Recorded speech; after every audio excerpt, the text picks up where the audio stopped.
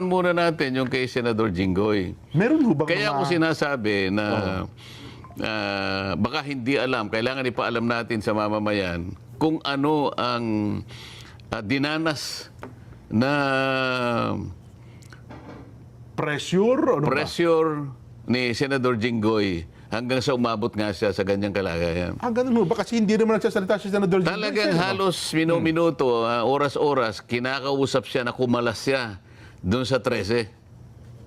So, may tumatawag po sa kanya, may kumakausap, personal, telepono, ganun po? Lahat ginagawa. Oho. Sabi nila, Jinggoy, napakasimple lang ng problema mo.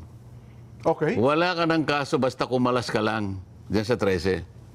Takpo, ay mabigat. Ngayon, Pressure nga yan. Oho.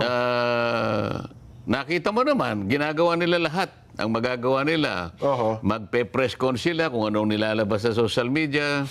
Kanya 3 araw lang yan, 1 week lang yan, makukuha namin uli yan.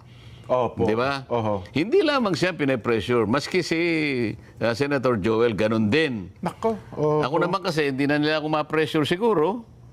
Ay, kinasuhan nga ako, nag-imbento sila ng kasong plunder maski sa akin. So, dapat mapansin ninyo, ang lahat ng ito'y ginagawa nila para wasakin nila yung 13. Ano ang magiging dahilan dyan? Ano ang magiging resulta niyan kapag nawasak yung 13? Oho. E di sila na uli. O, Ah. ano ngayon ang mangyayari kapag sila na uli? Opo. Tatakpan na naman nila yung flood control investigation.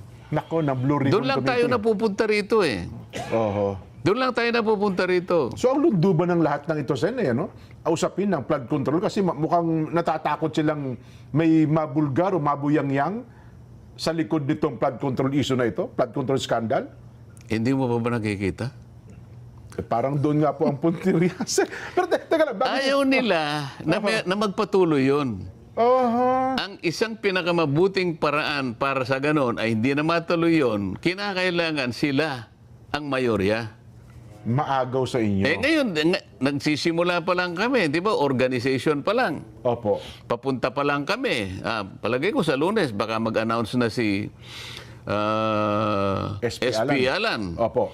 Magtawag na siya ng schedule ng Blue Ribbon. Mag-schedule na po.